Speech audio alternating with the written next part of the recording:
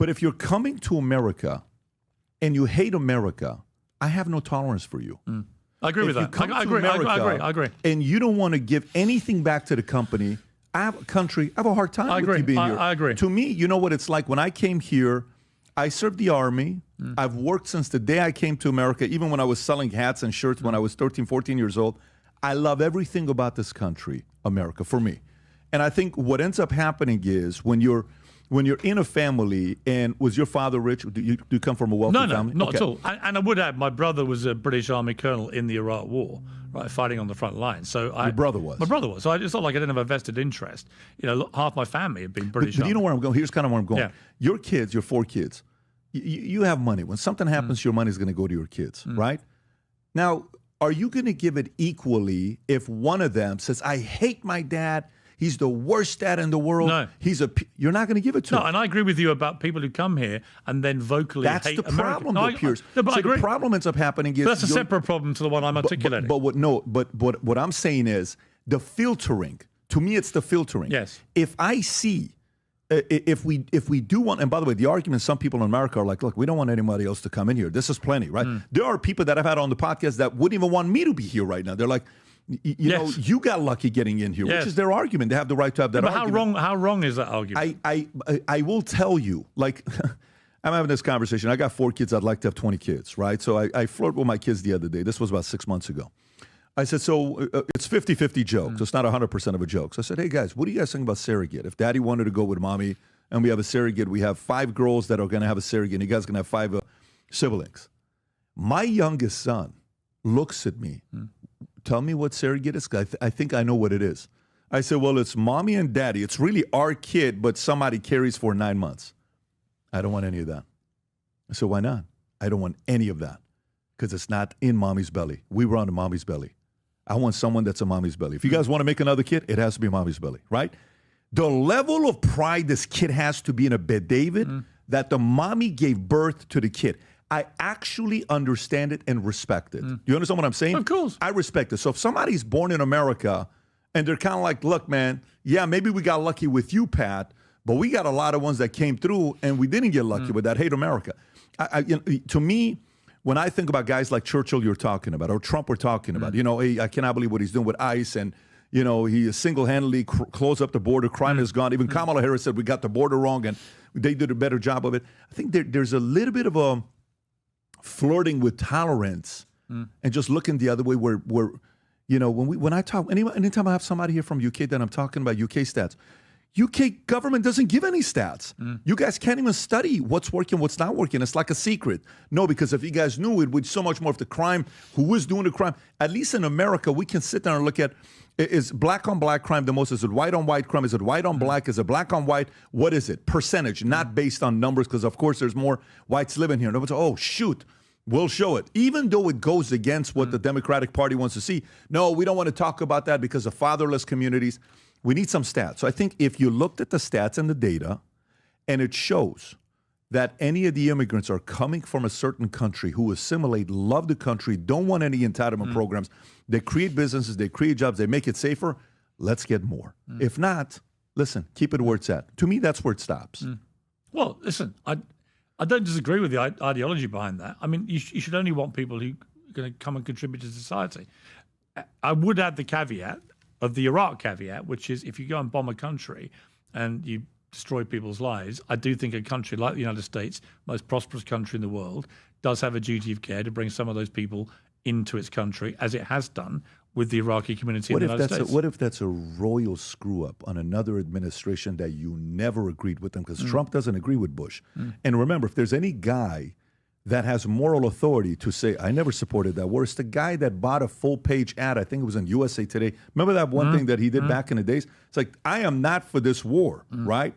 So maybe he's saying, I didn't do that. Bush did that. That wasn't my doing. I'm changing it. We're going to do a different approach with it. The good thing under Trump is that clearly and unusually for a Republican president of modern times, he is a man who prefers peace to war. I mean, he shows that with his actions in his first term and what he's done now. I mean, this idea, the debate about whether he gets a Nobel Peace Prize. Barack Obama got a Nobel Peace Prize for 2 fancy speeches 8 months into his first tenure. I mean, absolutely Pretty insane. The idea Trump wouldn't get one for simply getting the hostages released, never mind anything else. You want to know the craziest thing about Barack Obama's Nobel Peace Prize?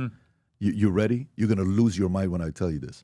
So you know how we always say 8 months into being president, 8 months into being president. Do you know to win a Nobel Peace Prize, they have to nominate you before January 31st? He becomes 11 days. 11 days into it. That's ridiculous. That means someone did it the day he was inaugurated. I know. That's that right there. The deadline for Nobel Peace Prize nominations, January 31st. The guy wins 20 at 11 days. I didn't know that. Did you not know? That's the wildest story when you think about that. Makes it even more insane. Yeah. So, Piers, for you, the one thing that I think you probably have a lot of moral authority on this is the following. October 7 happens. Hamas attacks Israel, and we watch the whole thing, right? And then you do Bassem, and then you host all of these debates, and you're like, wait a minute, what did they do to Palestine? What is it going? So you kind of go from the pendulum, because I personally watch you go like this 3-4 times, because it seems like you're coming from a place where we're like, wait a minute, they're doing that? I'm not with that.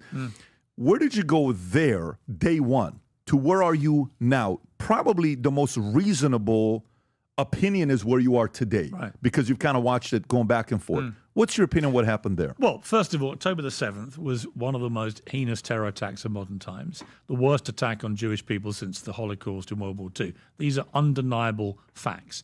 Hamas committed an act that day which immediately established them as a terrorist organization, who therefore renounced any rights to any governmental power at the end of all this. So that all happened on October the 7th with the scale of what they did. 1,200 people killed, nearly 7,000 wounded, 6 people kidnapped. I mean, absolutely despicable, horrific thing. So for many months after that, to the angst of many on the pro-Palestinian side and fury in some cases, I steadfastly defended Israel's right to defend itself. In fact, I said they didn't just have a right to defend themselves, but given that the Hamas official spokesman went on the airways about a week after the October the 7th atrocity to say, we're going to keep doing this again and again, the Israeli government had a duty, not just a right, but a duty to defend its people from further attacks from Hamas. So, okay, I laid my credentials down. People like Bassem Youssef came on and gave me a very hard time, but I always platform people like him. I platform people on both sides throughout the war. You always. Yep. And the bigger the followings they had, the more passionate, the better, because they were the ones getting most of the hearing on the airwaves. And I believe it's my job is to hear all the voices, challenge them all, and let the viewers work out where they think the reality lies. And I continued, and I would still defend Israel's right to defend itself. Right? I mean, Hamas are a terror organization. I've never disputed that at all, and I don't dispute it today. So when people on the really sort of more extremities of the pro-Israeli side, accuse me of, being a pro-Hamas guy, it's so pathetic. Nothing I've ever said is anything other than they're a disgusting terror group and should have no power after all of this. And they should lay down their arms, and that's going to be the big debate as to whether they do. But then this year, and in particular, several things happened. One was the 3-month blockade, which, I've heard the arguments that there was no starvation, you never saw a starving Palestinian, blah, blah, blah, blah, blah. And one of the inherent problems, actually, with that, and with a lot of the IDF blanket denials of things, or we're going to set up an inquiry and investigation when things go wrong. Fog of war, stuff happens. But the Israeli government's persistent, to this day, refusal to allow independent media into Gaza to do their jobs has been a massive problem for their credibility. Yep. If you've nothing to hide or worry about in terms of what you're doing, let war correspondents do their job. And as a journalist, I think it's a fundamental principle which they have continued to abrogate in a pretty shameful way, actually. And it does inevitably raise in me, as a journalist, suspicions about what they're hiding, which means they don't want to let journalists in, particularly even since the ceasefire. Still, journalists aren't allowed in by the Israeli government. So the blockade, I felt, was likely to pass the threshold of a criminal act. When you have a country that has the control over a border like Israel does over Gaza, allowing hardly any supplies of food or aid to go in, then I think that is a criminal act. Now, a lot of the official bodies like the United Nations and others said the same thing, but Israel doesn't take any of them seriously. So again, I don't know for sure what was happening in that period because I didn't see any independent journalists reporting on it. I do know Palestinian journalists reported on it, and 220 odd have been killed during the conflict. So there's not just a fog of war about this. There's a deliberate suppression by the Israeli government of allowing journalists to do their job, international independent journalists. I think that's to their great discredit. So I thought the blockade was just crossed every line.